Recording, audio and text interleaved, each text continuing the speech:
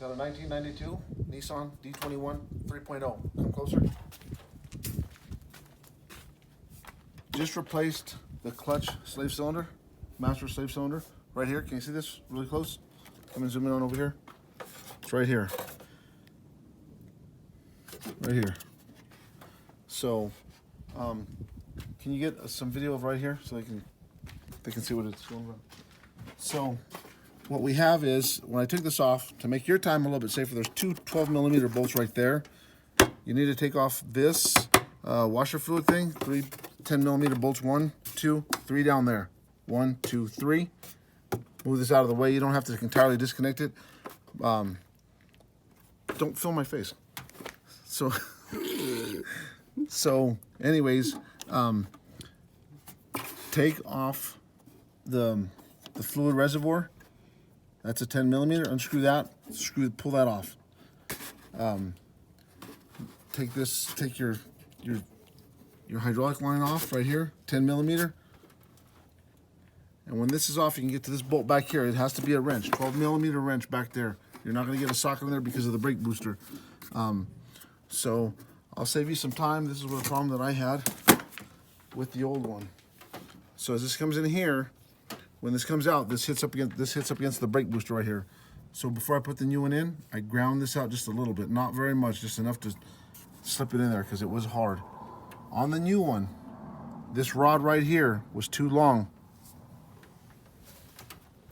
I said take this off, pull that off, and get to that bolt back there. This rod on the new one was too long, and when you adjusted it, it ended up being like this if you try to get the clutch pedal. So on the other one, there was more threads here. I had to take it back off, cut this shorter, because I had too much. This would bind on the pedal. I think that should make your life a little bit easier if you have this problem. So make sure that if you get a new one, that this rod isn't too long. Being said, it binds up with the pedal. If you try to adjust it all the ways out, grind that off, take this off. Hopefully that saves somebody a little bit of time. Once again, this is the master slave cylinder on the 92. Let's see if we can show that bolt, because that was kind of that bolt right back there.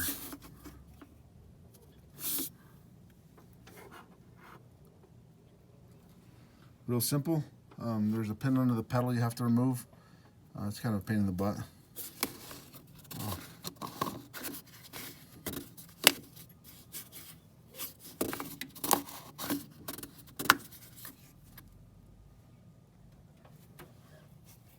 This is I lost the old one. I put this new one on.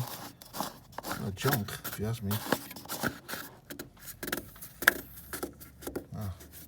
Cheap, but go get it from the junkyard. Don't order this online. I think I paid $11 for it. It's pretty cheap. In fact, this reservoir cap is a lot cheaper than the factory, the OEM one. You might even consider going back to the OEM reservoir and cap.